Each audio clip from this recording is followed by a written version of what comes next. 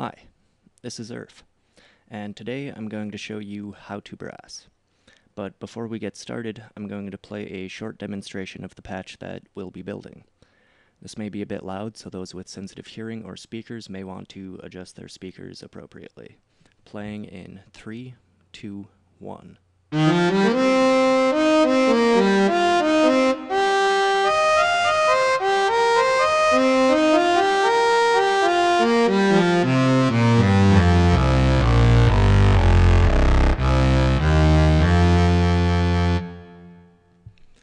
Okay, so let's get started.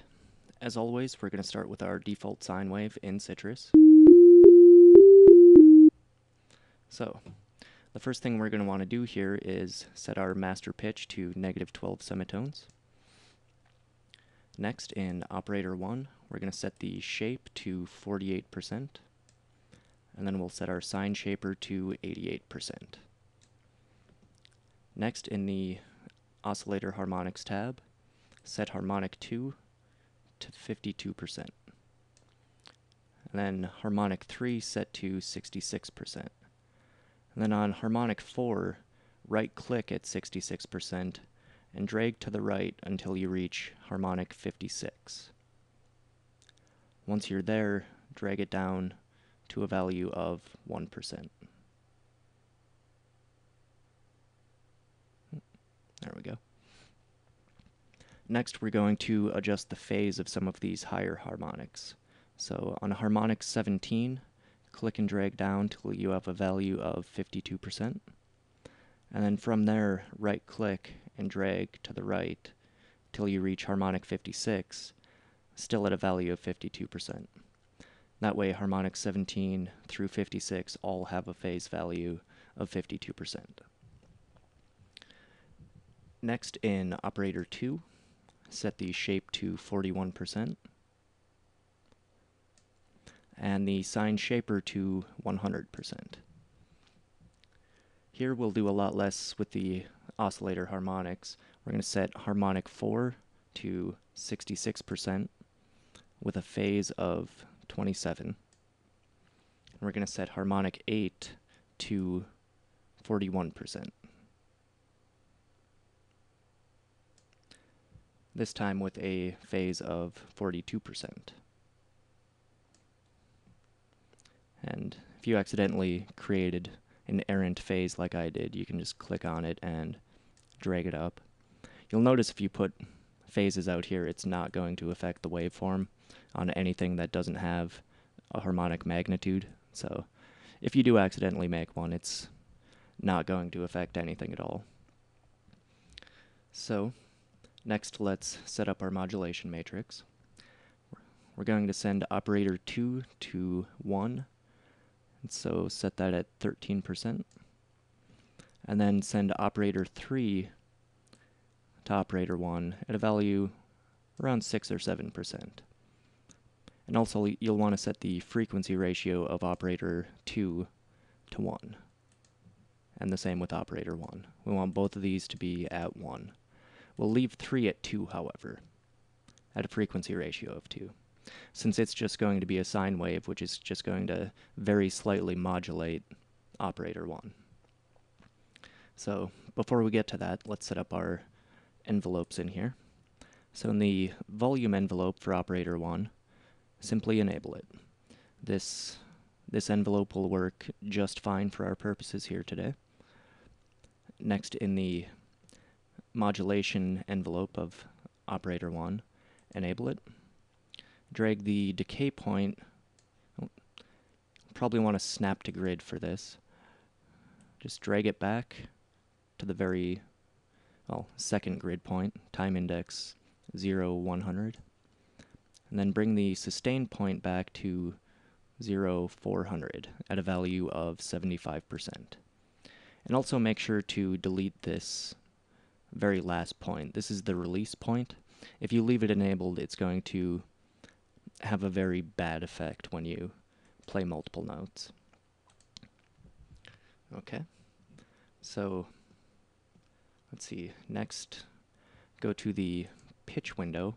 Here we're going to create a very very light envelope, which is just going to kind of simulate the acceleration of air through the instrument as the note gets up to pitch. So delete all but the first point, and then create a point at 0, 100. And then drag the very first point up to -8%. And then right-click the second point and set it to sustained loop end. Okay. Next, in operator 3, we're going to set up our volume LFO. So enable step editing mode, and hold the right mouse button, drag over the points until you have just one. And then here I turned off step and snap so that I can create just a very light LFO. Put the first point at about 7%. You'll notice as I adjust this up and down, it affects the entire LFO. Having multiple points in there can have something happen before the sustain point of the LFO starts, but in this case we don't need it. So I'll actually go with about 8% on this, and make sure to enable it as well. I'm also going to adjust the LFO speed up to about phase 460, let's say. And then also increase the tension so that it looks a bit more like a sine wave. Next, disable operator 1 to output, and then send operator 1 to filter 1. And then also through the effects and filter 1 to output. In the effects, all we're going to do is disable the chorus by turning the order to 0, and then we'll enable reverb. So back in filter 1, we're going to use the Mango low pass. We're going to use a triple filter mode. We're going to set our cutoff frequency here to 88%. Then decrease the drive knob to 61%. We're also going to enable the wave shaper. We'll use the default shape for this one. We're going to decrease the mix to 41%. Next, in the wave shape mix, we're going to link it to mod Y.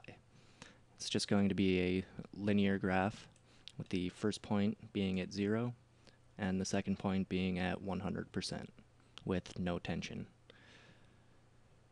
Next, we're going to link the cutoff to mod X.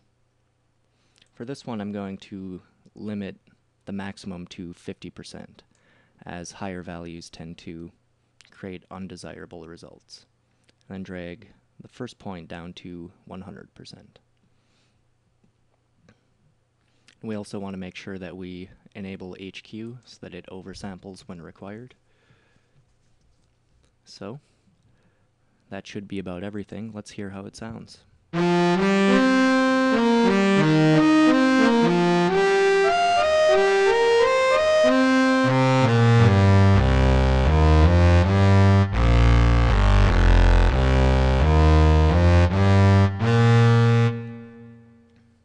Not too bad. You'll find that some of these sliders can be adjusted a bit to create all kinds of different results. For instance, the sine shaper here will give you all kinds of different brass instruments just by adjusting it.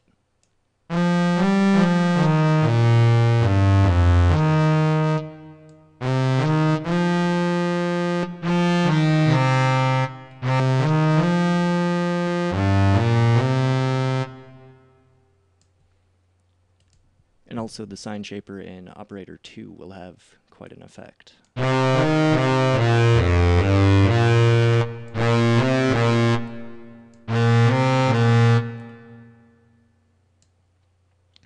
The shape also can have a lot to do with this, although I prefer the near saw form that we had with this, but just as a test, let's see what happens if we just crank that up.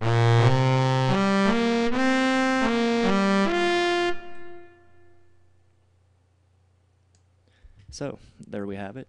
Hopefully you learned a thing or two about how to make brass instruments. I know that I haven't been able to find very many presets out there for brass instruments. So, If you're looking for one, you can find the preset made in this video at cafebeatpub.com/fl.